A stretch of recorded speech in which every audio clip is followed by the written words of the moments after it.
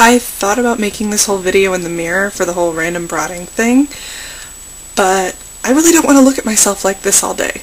So this is all you get. Hey everybody. It seems like everyone on YouTube is starting to show off some of their old keepsakes and memories. So I found this while I was cleaning my room. If you were a girl who grew up in the 90s, you probably recognize it. Yeah, you know what I mean. But I did want to say this is very special to me because in the past couple of years we've had 1 or 2 floods, a fire, and we had a hot water heater break. So we've lost a lot of keepsakes and documents and that, you know, we're really sad to lose. But I'm so excited I still have this. Anyhow, this is the very first story I wrote that wasn't for school. I began writing it in 3rd grade and rewrote it in 4th grade. Just for your entertainment, I'm going to put a picture here of what I looked like in 4th grade. Yeah. It was pretty sad. I wrote this book when I was just beginning what would become a lifelong obsession, which is the origin and meanings behind people's names. And this is right after I got my very first baby names book. I probably have about 10 now. The story is called The Name Game by Kelly, room 214, grade 4. Dedicated to Steve, who types my books for me and is a very good brother. Except I wrote bro. Chapter 1, What's Going On? One fine day, Julia Tab was playing with her older sister Gloria Tab. Julia and Gloria are separated by 1 minute. They look alike and are the same in many ways. They both want to be a doctor when they grow up. Both had amethyst as their birthstones and their favorite color is purple. They both were 6 and loved learning what names mean. They are like average girls. Suddenly, Julia stumbled upon something wanted by them both. A book of names with meanings. Gloria said, "Gloria means glory, you know," snatching it from Julia's hands. Julia started jumping and clapping. "Find my name," she shrieked with joy. Gloria flipped through the pages without even trying. She said, "Your name's not good enough to be in here." Julia hated that. Why did Gloria do this? Julia only remembered Gloria's cruelty. Gloria fiddled with the book all day. Julia didn't like this at all. Gloria was happy. Go away, Gloria. Chapter 2, The Battle Begins. Julia got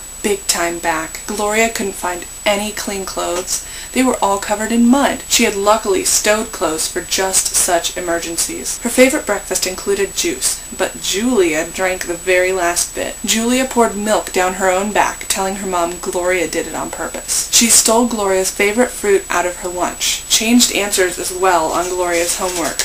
Julia made more bad stuff happen. Julia did not give a thought about stopping. I wish she did, though. When Gloria was broke, her mom found her purse in Gloria's bank. "You'll be sorry, Julia." You know who said that? Gloria. Chapter 3, War. Soon, that fight made the Civil War look like a game of chess. It got worse by the second. It was bad. Real bad. Gloria lies. Now this. The fight carried on. Why don't they stop? I don't know. Clubs against each other started. School ended. Not the fight. Gloria and Julia fought all the time. I hope they stopped. Julia tried getting a baby names book, but her mom said no. They wrote rhymes. Gloria stinks. Gloria's gross. Gloria's ugly.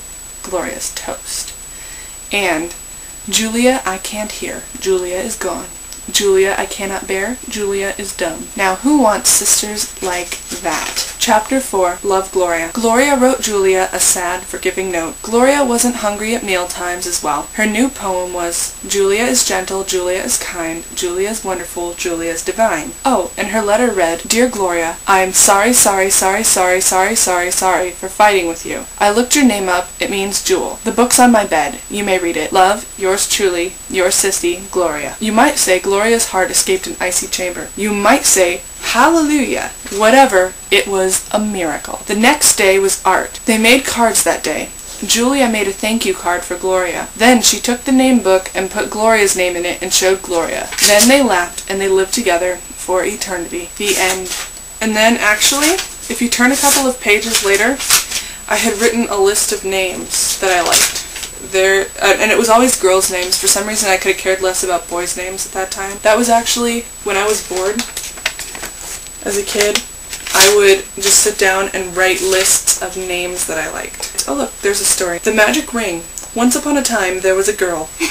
That's the whole story. And then on this page, it says Hoy. I don't know what that means. And then this is a poem I wrote. Okay, when I was in elementary school, up through half of 4th grade, I rode bus 328 to school. My best friend at the time was a girl named Megan. And Megan and I used to make fun of this bus because it was always late. It was late picking us up, it was late showing up at school, and it was late getting us home. So we wrote this poem. Bus 328 is always late, no matter how long we wait. It may be an hour late. It's starting to become a fate.